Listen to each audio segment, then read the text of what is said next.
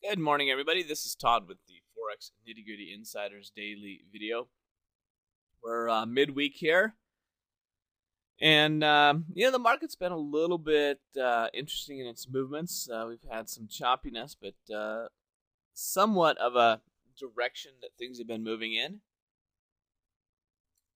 And of course, when that happens, we have the opportunity to take trades really on any time frame that we want to be looking for. And so we're going to look at the 5-minute chart here in just a minute. Overnight, oil still in that 93 level.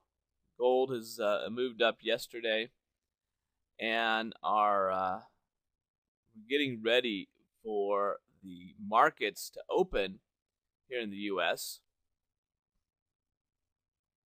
And as soon as they open, obviously we're going to maybe see some more movements on the market. But Dow futures are down quite a bit, as are the S&P 500, while the NASDAQ futures are up. No real big, huge economic announcements this week.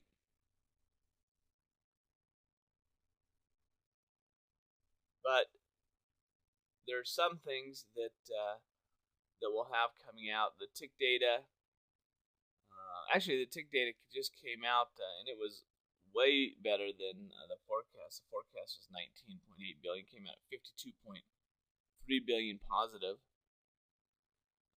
Capacity utilization, industrial production are coming out soon. The Beige Book comes out this afternoon, and then in Australia we've got employment changes, which will likely have an impact on the Aussie dollar and all the Aussie pairs. So,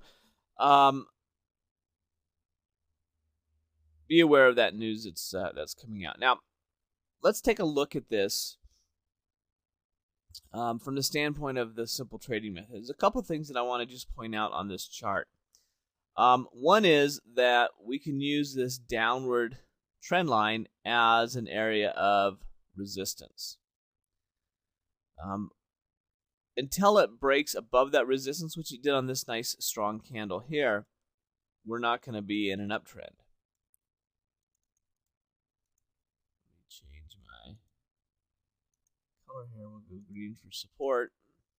So we've got this area now acting as a possible support. And so with the trend beginning to move up, and I'm really looking at these highs getting higher. These lows are getting higher. So we had this pattern develop. And at this point here, we can start to look for the simple trading method rules, which would be to enter in at the HH3. So if we go back here to this point, we start to get the bounce. The highest high of the last three at this particular time was right here.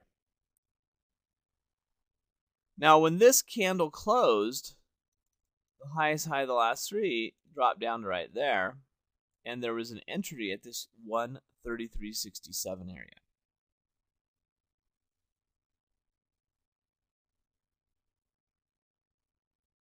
And that 133.67 area is where we would have placed our entry. Now, our stop loss, we would go just below this most recent low here. In fact, we just go below that area of support.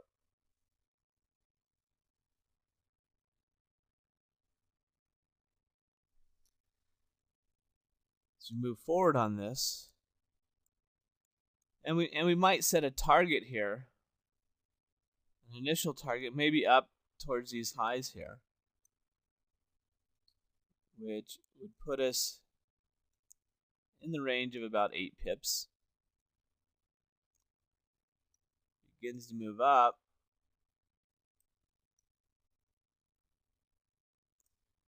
Hits our first profit target. Well, at this point, we can take our